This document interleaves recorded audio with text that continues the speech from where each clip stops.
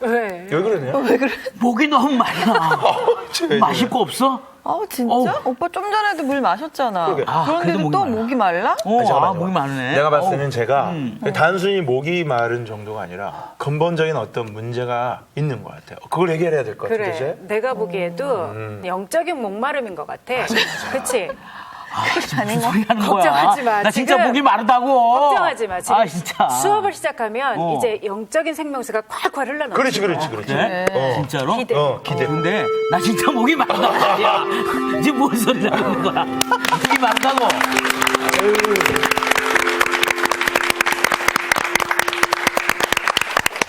안녕하셨어요? 네, 안녕하세요. 무슨 얘기들 하고 있었어요? 영적으로 목이 말라 하네요. 목이 마릅니다. 목? 예. 그럼 물 마시면 되지. 그 방법이 있었네. 근데 오늘 그 공부 주제를 예습하고 온 것 같아요. 오늘 아니요, 그냥 목이 마릅니다. 예. 오늘 공부 주제가 생수에 관한 거니까 조금만 기다리면 이제 해결이 될 거예요. 와, 내가 그랬잖아. 네. 그래요. 근데 이제 본론으로 들어가기 전에 우리 늘 하는 거. 네. 목소리요. 목이 말라. 더 마르네. 이제 그만하고. 네. 예? 김상훈 학생. 네. 예. 자, 김상훈 학생 대답해 보세요. 우리 지난 시간에 뭐 공부했죠? 알파와 오메가. 알파 오메가 공부했나요? 지난 시간에? 새하늘과 새 땅? 새 예루살렘? 알파와 오메가 맞습니다. 목 말라. 그러니까 확실히 안 알고 있으면은 예. 이게 흔들리게 돼 있어요. 되물으면 자 알파와 오메가는 헬라 말의 첫 글자와 마지막 글자인데 이게 수거적 의미가 있다 그랬어요. 네, 굉장히 그 무서운 표현이라고. 그렇습니다. 선생님이 언제 무서운 그 표현을 무서운 표현이란 게 뭐 벌벌 떠는 무서운 표현이 아니라 아주 거기에는 그 강한 뜻이 있다. 의지적인 뭔가 진짜 우리 박진희 학생 한번 얘기해 보세요. 하나님께서 내가 시작한 것은 끝까지 내가 이룬다라는 의미가 있다라고. 그렇죠. 예. 끝장을 보신다. 끝장을 그렇죠. 보신다. 끝장 뭐 그 말도 맞아요. 근데 좀 말을 좀 부드럽게 표현해서 하나님께서 시작하신 일은 반드시 이루시고야 만다라는 하나님의 그 의지적 발언이다. 네. 하나님이 우리의 모든 전 인생에 대한 것들을 붙들고 시작하셔서 하나님이 마치신다. 아멘. 이거를 우리는 보통 수고적 의미로 알파와 오메가다 이렇게 말한다 그랬어요. 자, 그런데 이 의미만 있었던 것이 아니고 지난 시간에 공부하면서 아까 우리 상훈 학생이 말씀하신 내용 중에 새하늘과 새 땅 그 주제가 있었어요. 자,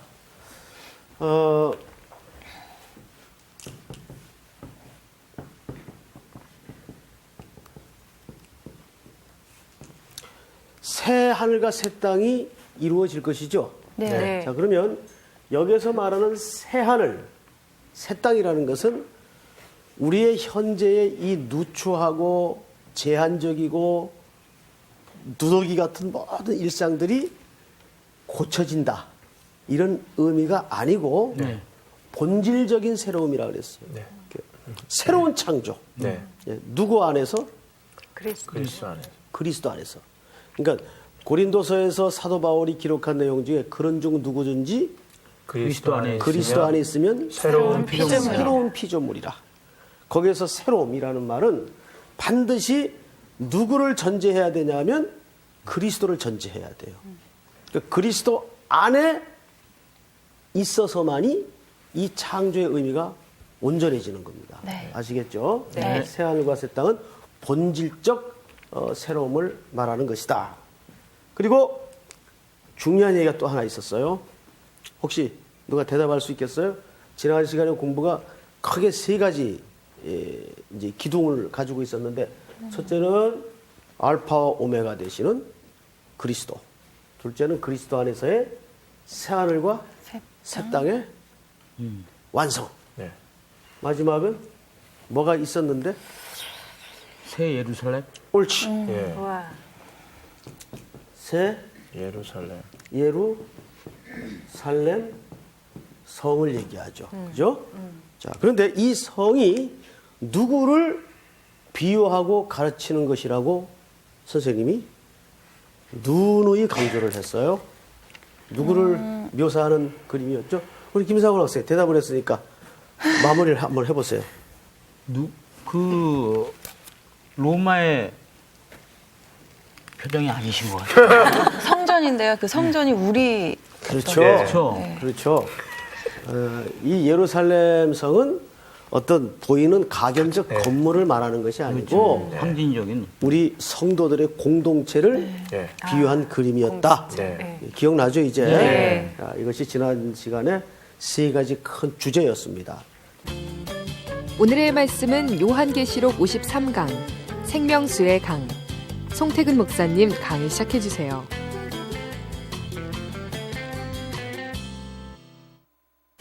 드디어 이제 요한계시록이 거의 다 마무리되어가는 이제 마지막 시간은 아니고 마지막은 네. 이제 우리 다음에 이제 한 챕터가 남았는데 오늘 드디어 마지막 장 22장에 이제 우리가 들어갈 겁니다. 네. 22장. 우리 선생님이 칠판을 지우는 동안에 저기 정주은 학생부터 1절서부터 한번 좀 읽어보십시다. 1절서부터. 네.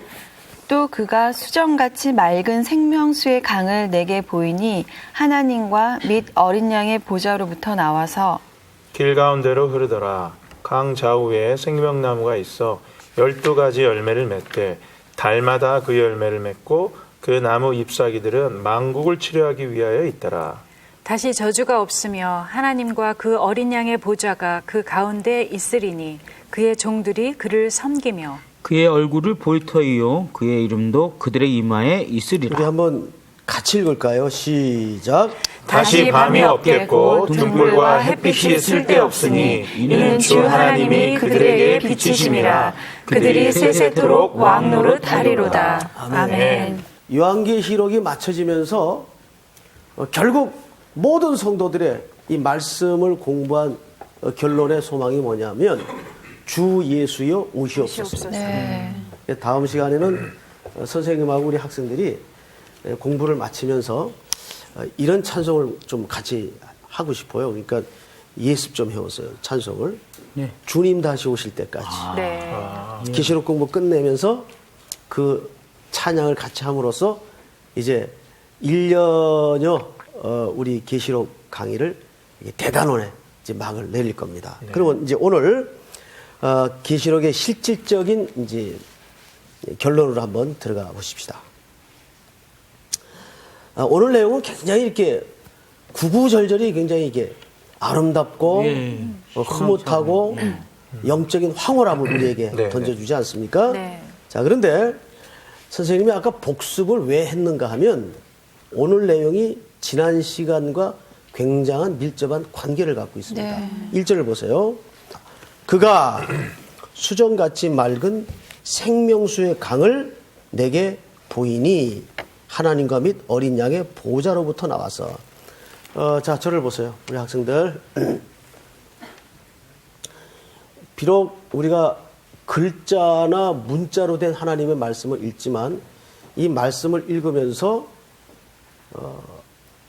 말씀을 머릿속으로 이미지화하는 훈련이 돼야 됩니다. 네. 그림을 그려보라 그 말이에요. 자, 여기 지금 제일 먼저 나오는 수정같이 맑은 생명수 뭐가 나와요? 강이요. 생명수 강이 나와요. 강.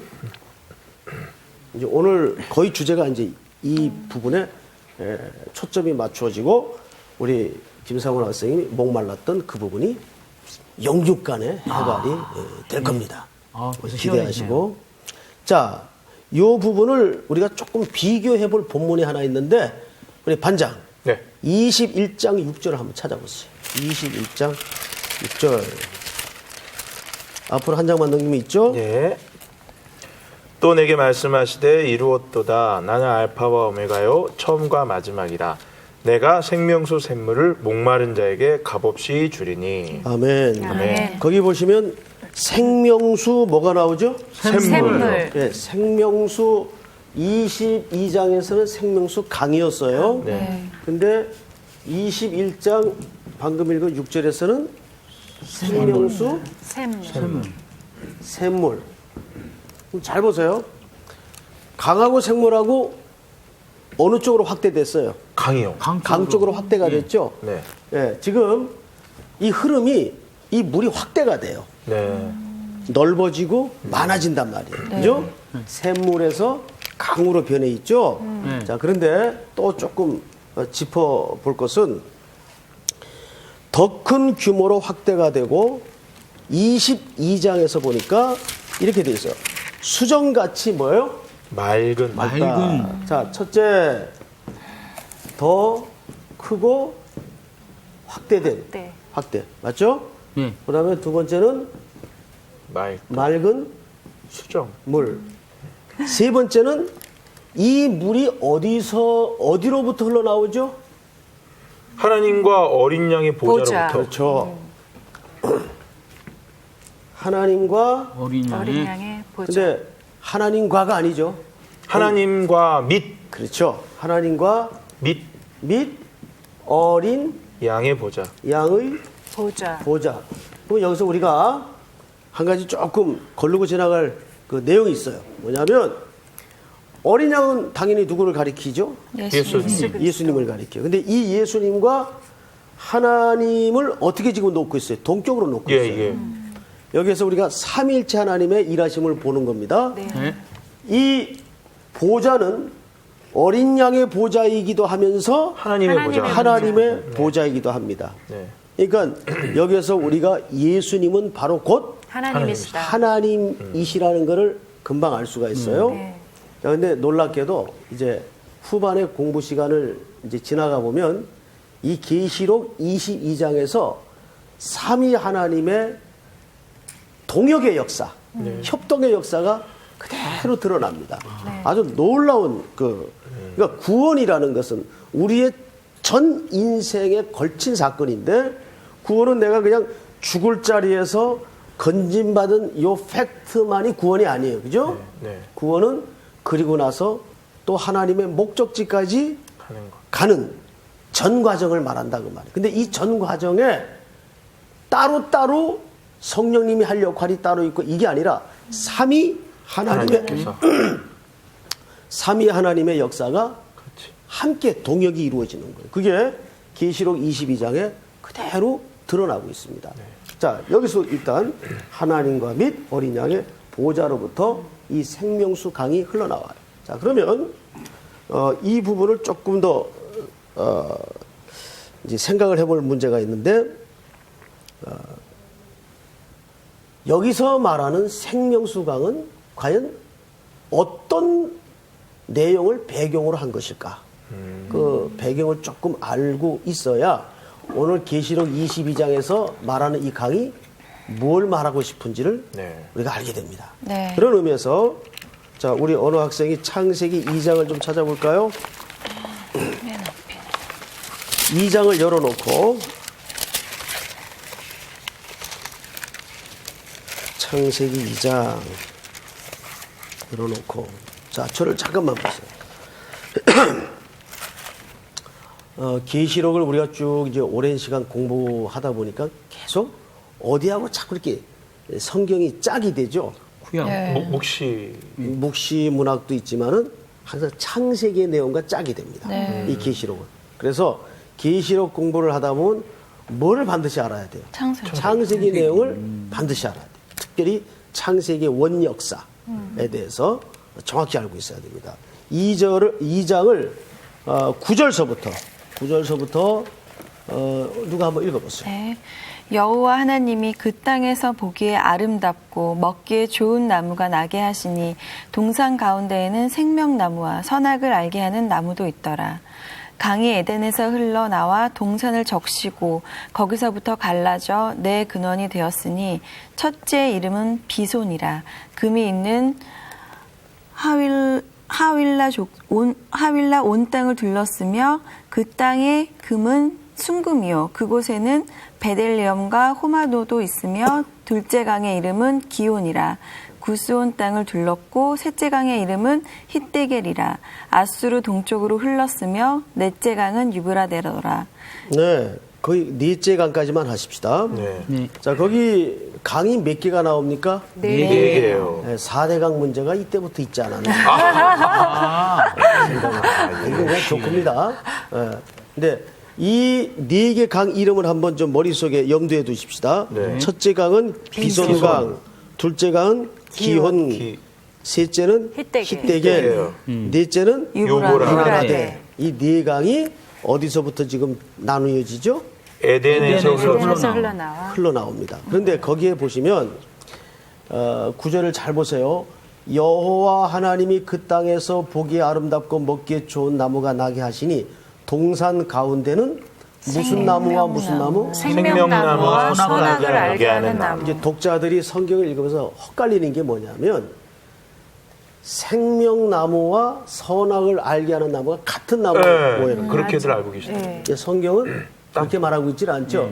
이건 별개의 나무입니다. 예. 생명나무는 따로 있고 선악을 알게 하는 나무가 따로 있어요. 그런데 10절을 보시면 강이 어디서 흘러나와요? 에덴에서. 에덴에서 흘러나와 동산을 적시고 거기서부터 네 개의 강이 이제 갈라집니다. 자, 그러면 우리가 계시록의 이 강이 어떤 강을 배경으로 하고 있는가 하면 바로 에덴 동산에서부터 흘러나오는 이 강을 배경으로 하고 있어요. 근데 조금 우리가 구약 성경에 더 살펴볼 대목이 있는데 에스겔서 47장을 보세요. 그럼 도대체 이 강들이 뭘 말하고 싶은 걸까? 성경 전체에 걸쳐서 에스겔서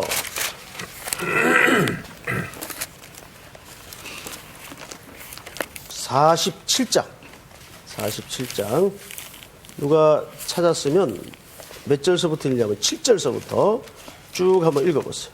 7절서부터. 내가 돌아가니 강 좌우편에 나무가 심이 많더라. 그가 내게 이르시되 이 물이 동쪽으로 향하여 흘러 아라바로 내려가서 바다에 이르니 이 흘러내리는 물로 그 바다의 물이 되살아나리라. 이 강물이 이르는 곳마다 번성하는 모든 생물이 살고 또 고기가 심이 많으리니 이 물이 흘러 들어가므로 바닷물이 되살아나겠고 이 강이 이르는 각처의 모든 것이 살 것이며 또 이 강가에 어부가 설 것이니 엔게디에서부터 에네글라임까지 금을 치는 곳이 될 것이라. 그 고기가 각기 종류를 따라 큰 바다의 고기같이 심이 많으려니와 그 진펄과 개펄은 되살아나지 못하고 소금 땅이 될 것이며 강 좌우의 가에는 각종 먹을 과실나무가 자라서 그 잎이 시들지 아니하며 열매가 끊이지 아니하고 달마다 새 열매를 맺으리니 그 물이 성소를 통하여 나옴이라. 그 열매는 먹을 만하고 그 잎사귀는 약재료가 되리라. 거기 보면 그 잎사귀는 뭐가 되리라고 돼 있어요? 약재료. 약재료가 되리라. 약재료는 뭐 하는 데 쓰는 겁니까? 사람 낫게 치료하는데. 치료하는 데 쓰는 겁니다. 여기서 테라피라는 말이 나와요. 테라피라는 말이. 자, 그런데 잘 보세요. 구절을 보시면 구절을 우리가 한번 전체 읽겠습니다. 8절부터 시작. 그가 내게 이르시되 이 물이 동쪽으로 향하여 흘러 아라바로 내려가서 바다에 이르니 이 흘러내리는 물로 그 바다의 물이 되살아나리라. 잘 보세요. 바다의 물이 살아납니까? 되살아납니까? 되살아나요. 자, 되살아난다는 전제는 예전에 회복이 뭐를 된다는. 이미 그 암시하고 있는 겁니까? 원래 살았던 다시 것이 죽어 있는 상태. 그렇죠. 피폐하고 황폐하고 죽어 있는 것을 전제하는 개념의 용어들이죠. 네. 되살아납니다. 뭐가 닿는 곳마다 강이 흘러 닿는 곳마다. 그리고 그것이 나중에는 생물을 번성케 하고 그 잎사귀들이 무슨 재료가 돼요? 약재료. 네. 치료의 치료하는. 재료가 돼요. 치료의 재료. 자,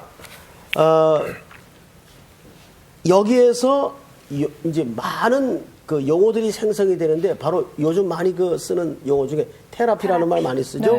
그 치료라는 말이에요. 그 첫째는 생명을 주고 둘째는 되살리는 기능을 한다 그 말이에요. 되살아난다. 자, 그런데 한 군데만 더 찾아보십시다. 요한복음 7장. 지금 선생님이 불러드리는 이 구절은 굉장히 중요한 구절이니까 이제 외우거나 메모를 하시기 바랍니다. 요한복음 7장 아직까지 이게 뭘 뜻하고 싶은 건지 잘 모르겠어요. 7장 누가 37절서부터 한번 읽어보세요. 37절 누가 찾았으면 한번 읽어보세요. 네, 명절 끝날 곧 큰 날에 예수께서 서서 외쳐 이르시되 누구든지 목마르거든 내게로 와서 마시라.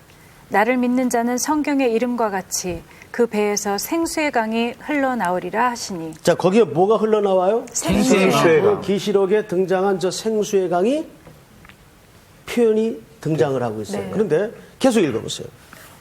이는 그를 믿는 자들이 받을 성령을 가리켜 말씀하신 것이라. 아하. 아멘. 보니까는 여기에 암시된 이 생수의 강 또는 생명수의 강은 성령. 요한복음 7장에 보니까 뭘로 해석을 해주고 있어요? 성령. 가장 중요하고 정확한 해석은 성경이 성경을 해석해야 돼요. 네. 내가 눈 감고 있다가 이건 것 같다. 이거 안 돼요.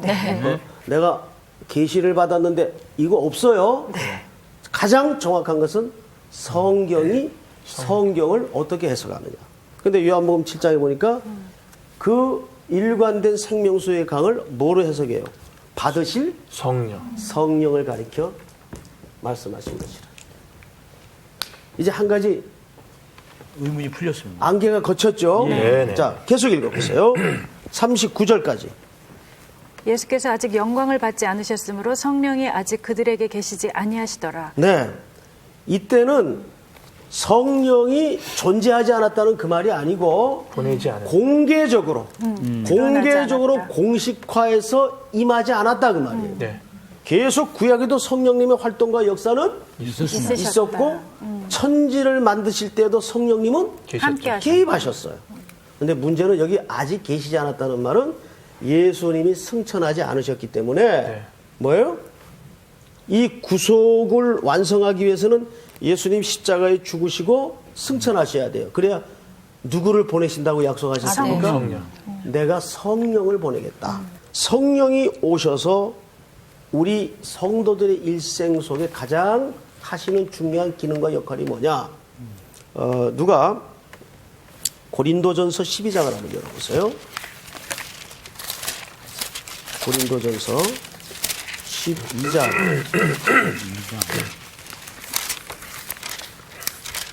3절을 제일 먼저 찾은 학생이 한번 읽어보세요. 그러므로 내가 너에게 알리노니 하나님의 영으로 말하는 자는 누구든지 예수를 저주할 자라 하지 아니하고 또 성령으로 아니하고는 누구든지 예수를 주시라 할 수 없느니라. 아하.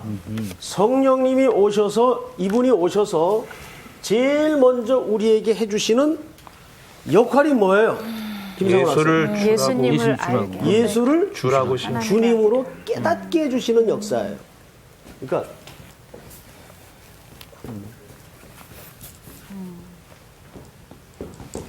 여러분 그 우리가 믿게 된 이 기독교, 우리가 얻은 생명, 이것은 우리가 책 읽다가 그렇구나 깨달아서 읽은 게 깨달아서 믿게 된 게 아니란 말이에요. 성령님이 우리 김상훈 학생 눈을 열어주고 박진희 학생 마음을 살려놔서 아멘.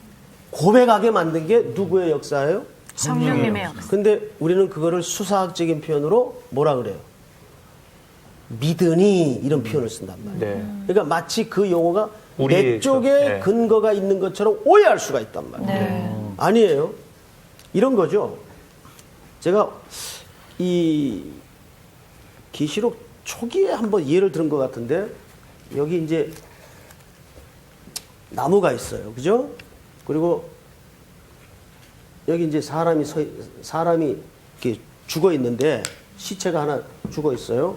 그러면 시체 보고 너 저 나무 100m 앞까지 달려갔다가 10초 이내로 갔다 오면 너 살려줄게. 시체 보고 그 논리적으로 돼요? 안 돼요? 안 돼요. 말이 안 되죠. 근데 우리는 영적으로 다 어떤 존재예요? 죽어 있는 존재예요. 맞죠? 네. 근데 죽어 있는 시체가 어떻게 뛰어갔다 와요? 그런데 우리는 그리스도를 영접하면 구원을 얻는다 이렇게 표현을 하게 되는 겁니다. 그러면 내가 깨달아가지고 예수님을 영접해야 내가 구원을 얻는 것처럼 마치 믿음이 행위가 된단 말이에요. 조건이 된단 말이에요. 이게 일관되게 로마서에서 사도 바울이 강조하는 에베소서 2장 8, 9절에도 뭐라 그랬어요? 우리에게 임한 구원은 은혜요 선물이라는 강조를 합니다. 아무도 행위를 자랑하지 못하도록 하기 위해서 이 믿음을 선물로 주셔서, 그러니까 우리 그 피지컬한 용어로 말하자면 살려놓고 뛰게 하는 거예요. 네. 그런데 뛰어갔다 오면 아이고 잘했다. 내가 뛰어갔다 왔으니 구원을 줄게. 이렇게 표현을 하는 거예요. 그러니까 그게 창세기 15장에 아브라함을 믿으니 의로 여겼다 그 말이에요. 쉽게. 근데 그거는 아브라함이 믿은 결과로 구원이 임했다 그 말이 아니에요. 네. 그 구원이라는 것은, 그 믿음이라는 것은 하나님이 눈도 안 뜬 아브라함의 인생의 개입에 들어가셔서 살려놓고 걸음마 설득해서 거기까지 데려간 거예요. 그러니까 우리 기독교인들이 가져야 될 믿음에 대한 새로운 이해는, 믿음이라는 것은 끊임없는 하나님의 긴 설득 과정이다. 네. 내게 조건이나 근거가 있는 게 아니라 그 말이에요. 네. 이해가 됩니까, 여러분? 네. 네. 이것이 성경 전체에서 말하는 가장 중요한 구원. 그래서 성령이 오셔서 제일 먼저 하시는 역사는 뭐예요? 구원을 구원의 주시는 역사. 역사. 두 번째는 뭐예요? 두 번째는 성령님. 두 번째는 뭐 하세요? 성령님이 성경책에 그렇게 구체적으로 쓰여 있질 않아요. 우리가 하나님 앞에 가는 날까지 이제는 우리 속에 들어오셔서 우리와 영원히 내주하신다는 말이에요. 그래서 우리에게 무슨 노릇하기를 원하세요? 주인 노릇하기를 원하세요. 예, 왕 노릇하기를 원하세요. 그러니까 쉽게 얘기하면 내가 예수를 믿고 산다는 거 간단히 표현해서 정치적인 용어로 정권 교체가 되었다는 말이에요. 정권 교체가 되면 그분의 질서와 통치 밑에 있어야 맞는 겁니다. 네. 그렇죠? 네. 그걸 우리는 성령 충만함을 받으라고. 그러니까 성령 충만이라는 말의 가장 진실한 다른 표현은 성령께 순종하라 그 말이에요. 우리 충만하면 뭐 불러 막 방언하고 이런 게 충만인 줄 알아요. 물론 그것도 충만의 여러 표현 중에 일부분인 표지만은 사실이에요. 네. 그러나 성령 충만을 전부 그거다라고 이렇게 도매금으로 이해를 하고 있으면 안 돼요. 네. 성령 충만은 어떤 의미에서는 훨씬 더 우리 내면의 성숙과 내면의 변화, 인격적인 열매, 이거를 성경은 더 강조하고 있다는 거죠. 네. 그래서 우리 흔히 아는 얘기로 성령의 9가지 열매, 네. 거기에 표현된 열매라는 말을 들여다보면 단수로 써져 있어요. 원문에 보면. 그 단수 속에 몇 가지 열매가 맺도록 돼 있어요? 9가지. 9가지 열매가 맺도록. 이런 건 있을 수 없잖아. 온유한데 사랑이 없어. 이건 말이 안 된다 그 말이에요. 사랑이 있는데 온유하지 못해? 말이 안 된다 그 말이에요. 그러니까 한 인격 속에 종합적으로 맺어야 될 덕목들을 얘기하는 거예요. 그러니까 한국 교회는 이 성령에 대한 성령론이 들어올 때 너무 편향적으로 들어왔어요. 너무 이제 은사주의 쪽으로만 이 성령 운동이 들어옴으로써 성령님의 더 부유한 많은 것들을 놓치고 네. 이때까지 지냈단 말이죠. 네. 그래서 성령 받으면 꼭 은사가 있어야 되고 이렇게 은사 위주로 성령님을 소개했어요. 그건 아니에요. 네. 네. 그러니까 성령 받으면 은사 받을 수 있지만 이퀄 은사 주인은 아니란 말이죠. 우리 개혁주의 입장에서도 은사를 배제하지 않습니다. 네. 은사가 필요하고 은사를 사모할 수 있죠. 네. 그러나 성령님의 역할이 그것만을 위해 존재하는 분은 아니라는 얘기죠. 그래서 성령님의 역할은 첫째는 구원을 주시는 역사요. 둘째는 동행하세요. 여기에서 우리의 인격, 삶의 열매를 성령님이 맺기를 강조한다 그 말이에요. 그래서 우리 속에 하나님의 성품으로 흘러넘치도록 아멘. 배에서 생수의 강이 흘러넘치도록.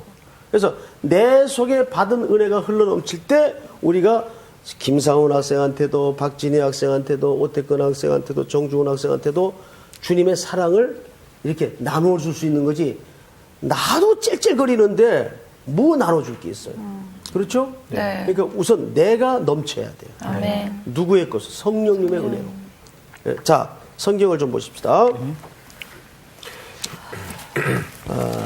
오늘 본문으로 다시 가서 22장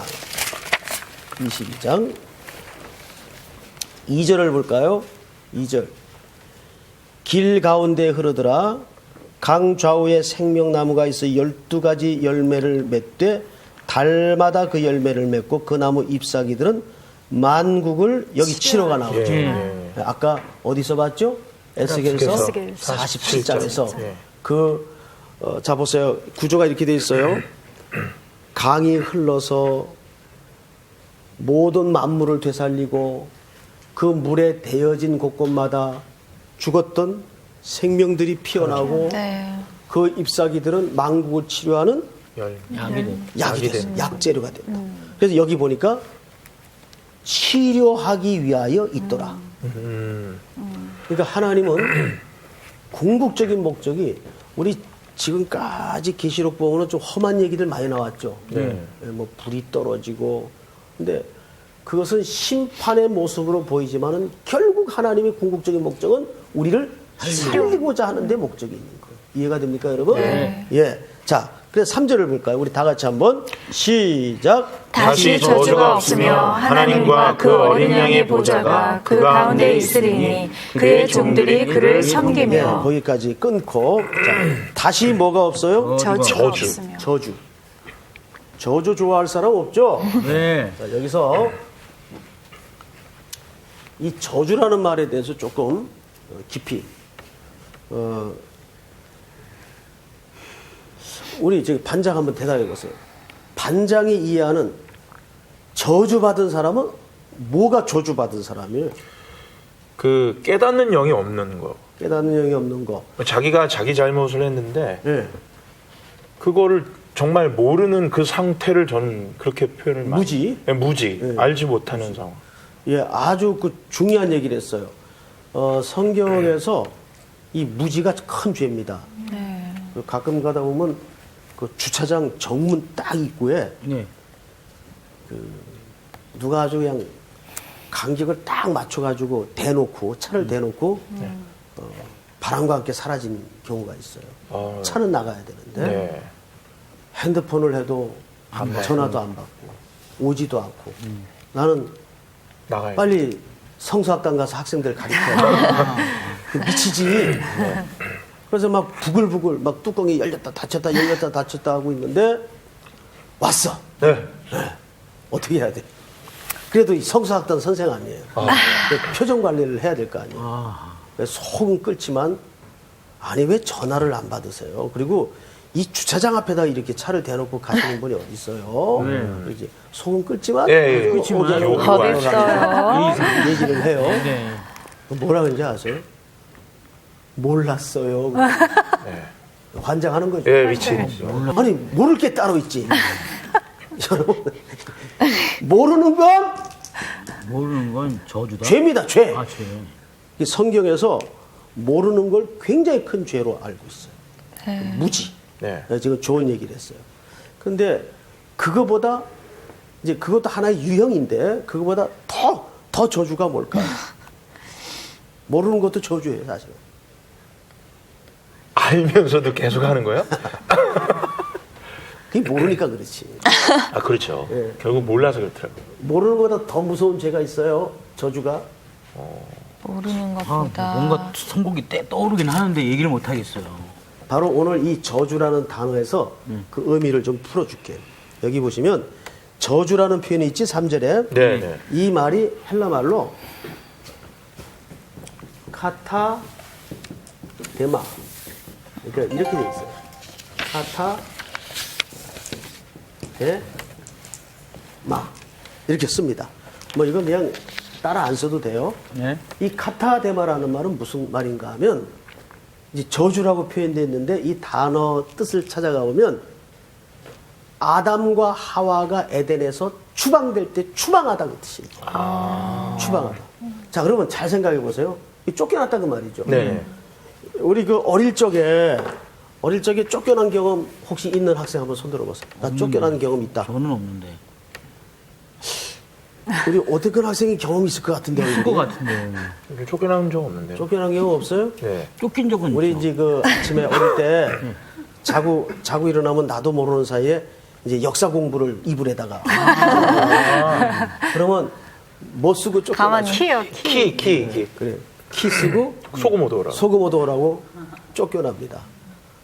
그 동네에서 그 아주 그런 아침마다 그런 풍경이 좀 있었어요, 옛날에는.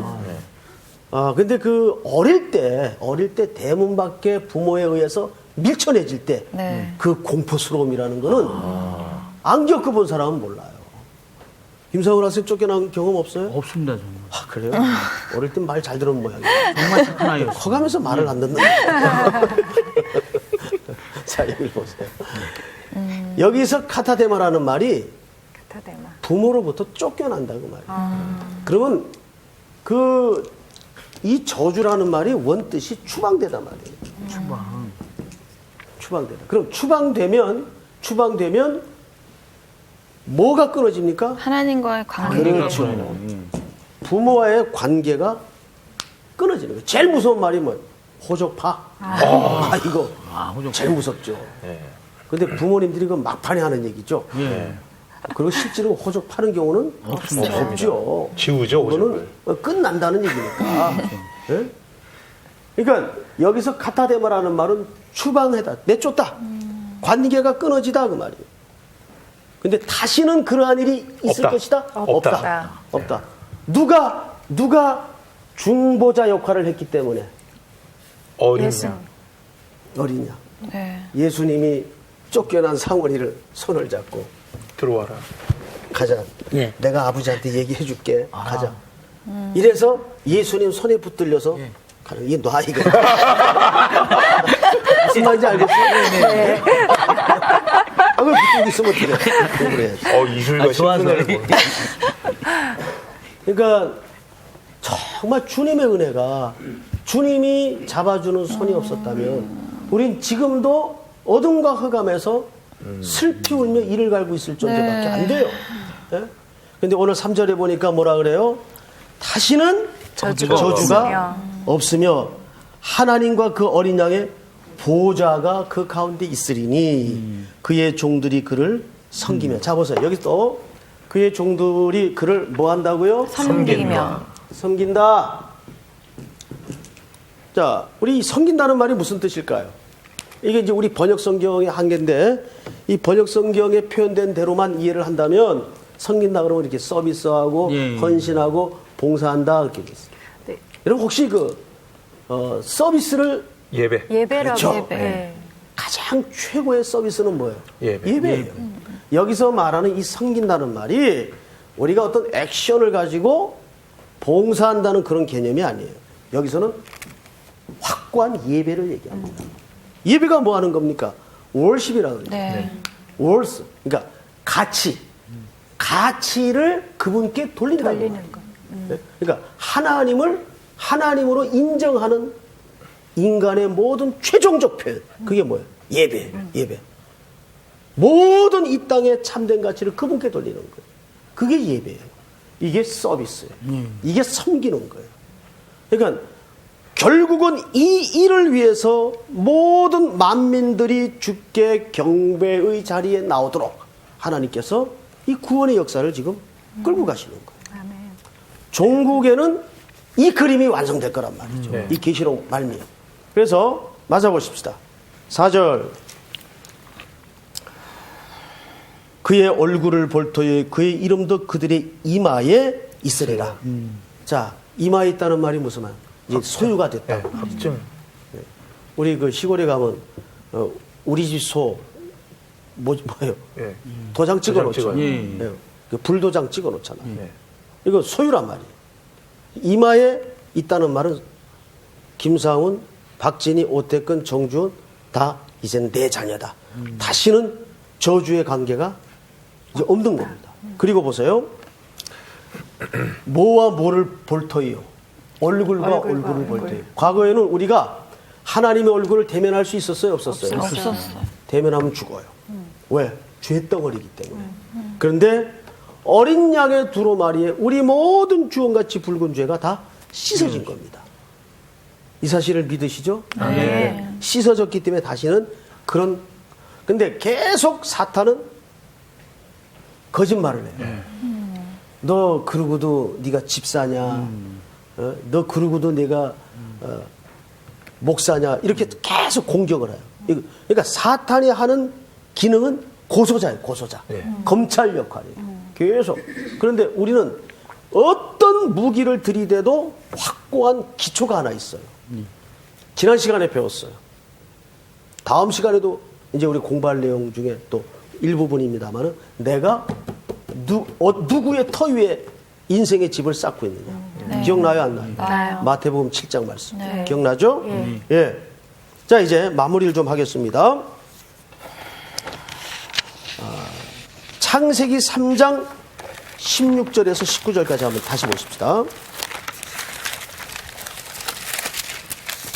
창세기 3장 16절에서 저기 우리 정주원 학생 한번 읽어보시죠. 또 여자에게 이르시되 내가 내게 임신하는 고통을 크게 더하리니 내가 수고하고 자식을 낳을 것이며 너는 남편을 원하고 남편은 너를 다스릴 것이리라 하시고 아담에게 이르시되 내가 내 아내의 말을 듣고 내가 내게 먹지 말라 한 나무의 열매를 먹었은즉 땅은 너로 말미암아 저주를 받고 너는 내 평생에 수고하여야 그 소산을 먹으리라. 거기 보시면 땅은 너로 말미암아 뭐를 받고 돼 있어요? 저주를 받고. 저주라는 표현이 나오죠. 이 저주가 어디에서 해결이 됩니까? 계시록에서 해결이 되는 거예요. 추방되어 쫓겨났던 인생들이 이제는 다시는 그리스도의 중보로 없다. 다시 에덴으로 복귀하는 하나님의 성소로 복귀하는 그런 그림을, 그러니까 창세기와 계시록이 맞물리는 거예요. 사실 회복이 되는 겁니다. 맞죠? 자, 다시 계시록으로 돌아가서 5절을 다 같이 읽겠습니다. 5절을 시작. 다시 밤이 없겠고 등불과 햇빛이 쓸데없으니 이는 주 하나님이 그들에게 비치심이라 그들이 세세토록 왕노릇 하리로다. 이것이 타락되었던 창조의 온전한 완성의 그림을 보여주는 겁니다. 여기까지. 이제 우리가 이 그림을 약속으로 받았는데 히브리서 기자는 믿음은 바라는 것들이 실상이요 보지 못한 것들의 증거니라. 그 증거는 약속의 말씀입니다. 아멘. 아멘. 자, 오늘 공부는 여기서 마치도록 하겠습니다. 감사합니다.